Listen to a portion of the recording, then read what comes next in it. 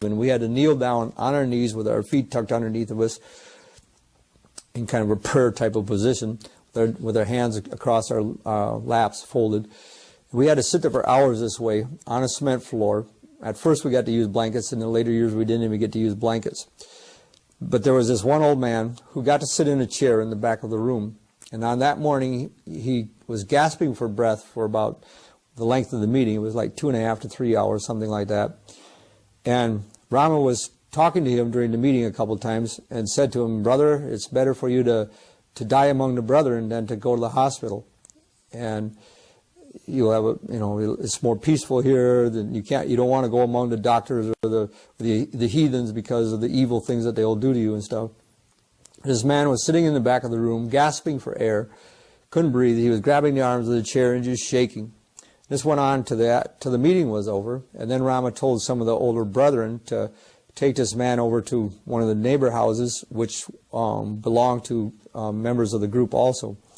They had no more than got him over there, and he died.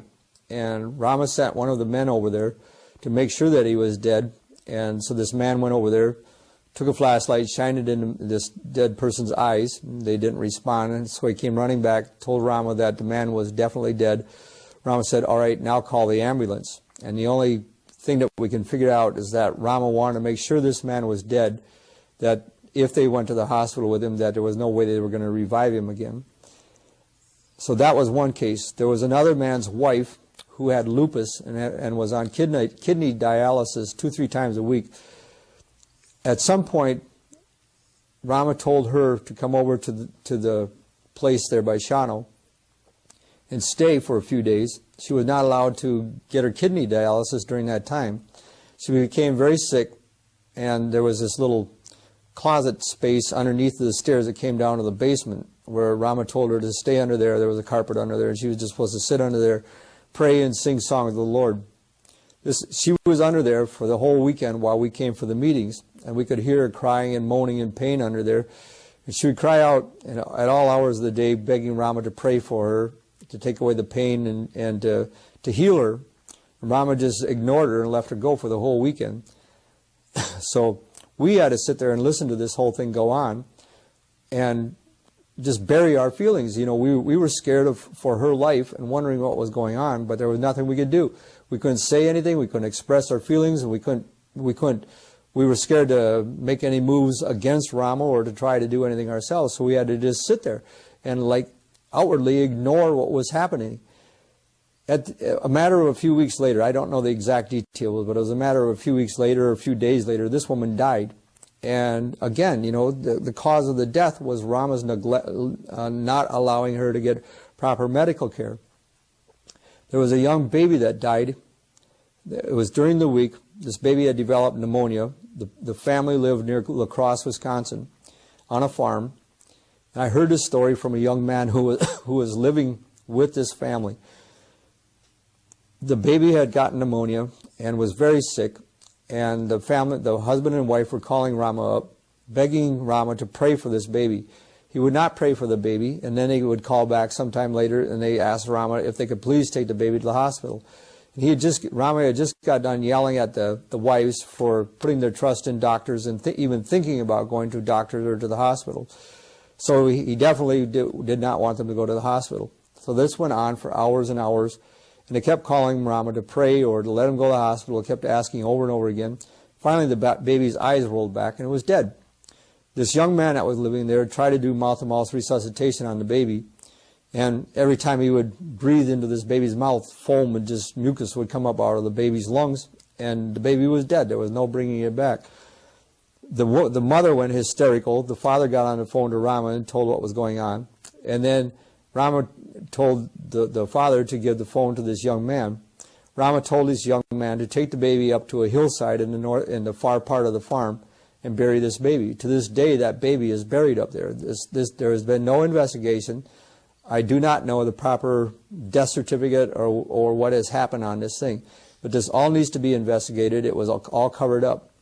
That was one baby that died. There was another baby who the father and mother were in a car accident. This baby was thrown around in the car. It had hit his head, never went to the hospital or got checked up. A few weeks later, this baby went into convulsion. For 24 hours, this baby was in convulsions. And Rama would not let them take it to the hospital. It lay there on a floor, shaking him and contorting at Rama's compound. This baby eventually died with no medical help also. There was another mother whose baby went into some kind of convulsions. It was a very young baby. I don't know the exact details on that. She went rushing to the emergency room with that baby. By the time she got there, that baby had died too. There were several miscarriages, all kind of at the same period of time. Almost every mother in the group had a miscarriage. It was because these people the mothers were fasting while they were pregnant. We were all under a very huge amount of stress. Rama was yelling at us for not obeying his rules, and there was this huge emotional just stress that we lived under 24 hours a day for years, and it just gnawed away at us. I weighed 155 pounds when I got into the group. I weigh 150 pounds now. I was down to 120 pounds while I was in the group, and we ate one meal a day for 4 days a week. 3 days a week we fasted. So that's all the food that I got, and yet I was working 17 to 20 hours a day, getting 3 to 4 hours of sleep a night at best. Some nights I didn't sleep at all. I went straight through to the next day.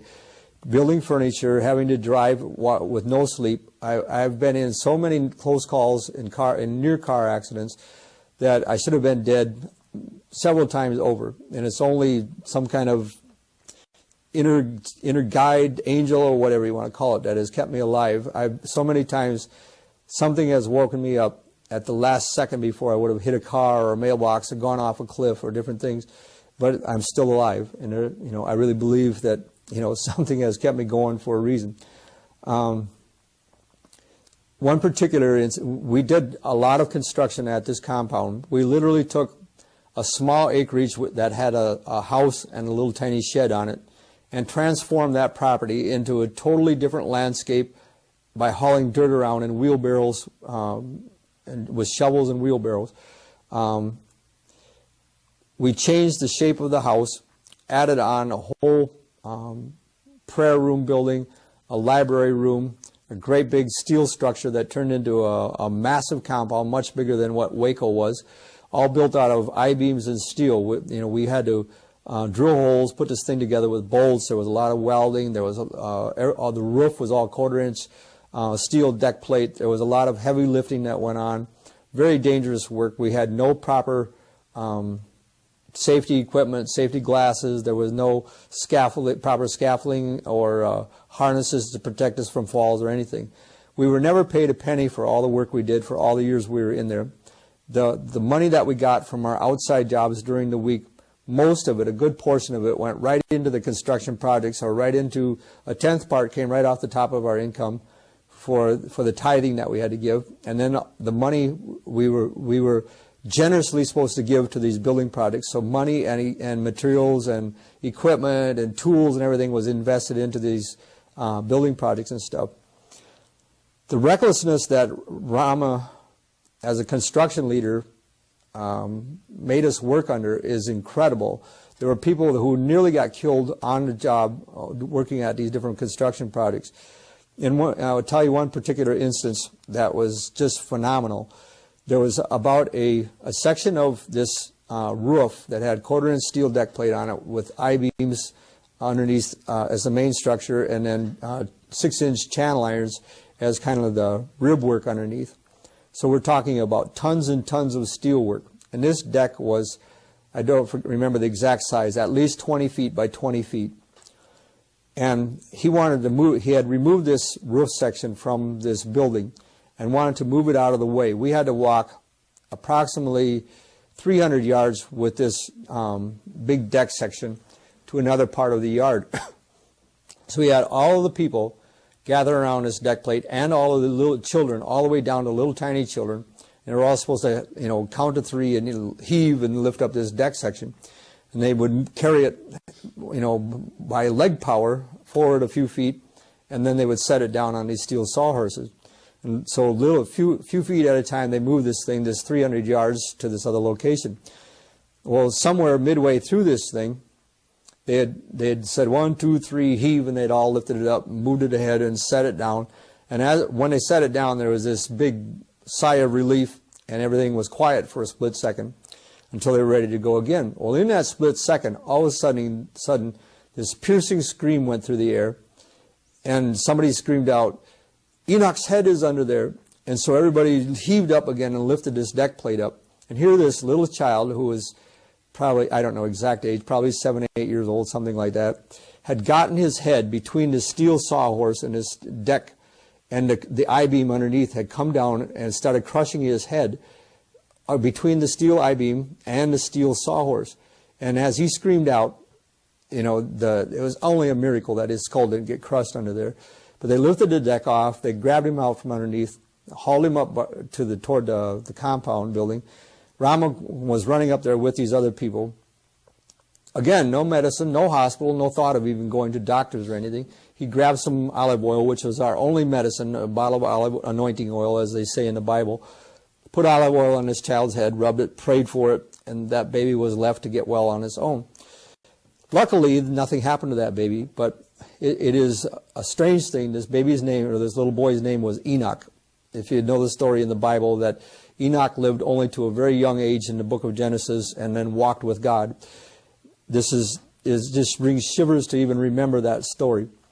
In another incident, there was a heavy highline utility pole, approximately 30 feet long, the kind that holds up the electricity wires. And Rama wanted to move this pole again from up by the compound building down to this other storage building, again a distance of about 200 to 300 yards. Rama had all the small children line up along the length of this pole and start rolling it. And then Rama was walking along the side. I was actually walking with Rama at that time and a couple other people. He was giggling and laughing, watching all these children roll this pole. I was like horrified because I could see what was happening. These children were rolling this pole and it was gaining momentum. And I felt like intuition was inside of me that something's going to happen bad here.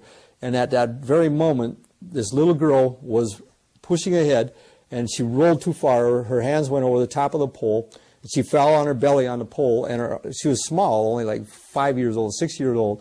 And her arms went around the far side of the pole and got drug underneath like a rolling pin. And the pole, like she was stuck then, and the pole rolled right over the top of her. I mean, literally rolled right over her head, her whole body and everything, and went on over the top of her out the other side. And I let out a gasp and went running over there. Rama was still laughing. He hadn't even seen what had happened. And when I took off running, then he followed over there, picked the girl up. Some other people came running over there, picked the girl up. She was crying that her arm had been hurt. And so Rama had one of the other men hold her arm up in the air and told her to stop crying, and told this man to take this little girl up to her mother and have her mother take care of her. He never prayed for her, nothing. And there was no doctor, no hospital, no medical attention. This girl now is like 20 years old. She still, to this day, has trouble with that arm. There's never been no charges were brought. Nothing was ever done. This girl never got medical attention for that arm. And these are the kind of things that went on.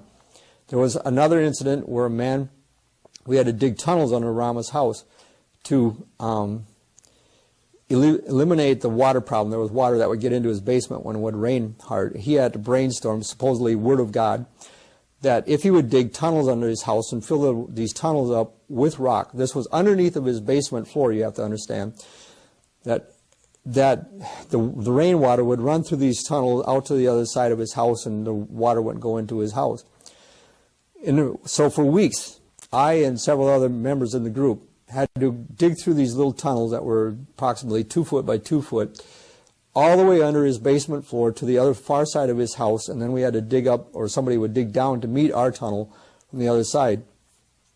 Well, in the process of digging down from the ground level down to along the basement wall down to meet our tunnel, this one man was down in this hole in the ground, and the walls of this hole caved in on him and buried him in sand up to his neck.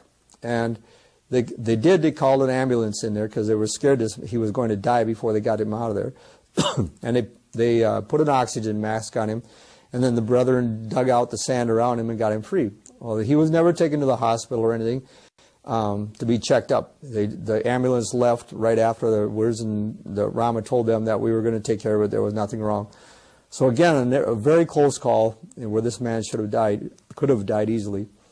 There were incidents like this that happened time after time. I watched another man get his fingers sawed off in a circular saw doing carpentry work. There were people who got like feet and hands cut and gashed open, or feet smashed, you know, with all these I-beams and deck plates and things that we worked at. Welding flash, people working around welders and stuff that saw the welding flash that weren't supposed to. You know, these things were continuous things that went on. This was just a matter of course during the time that we were doing the construction. He had no regard for people's lives while we worked and stuff. The man was sadistic. In the middle of all this heavy labor that was going on, he would stop all of a sudden and start playing a game with the children from the high deck that we were building. He'd make the boys and then the girls jump off of this high deck down to the ground. Some of them hurt their ankles and hurt their backs. He would tell them to step aside, you know, and get out of the game, and then he kept on with the other children, keep on playing. The ones that hurt themselves, they were like, you know, scolded because they didn't do it right.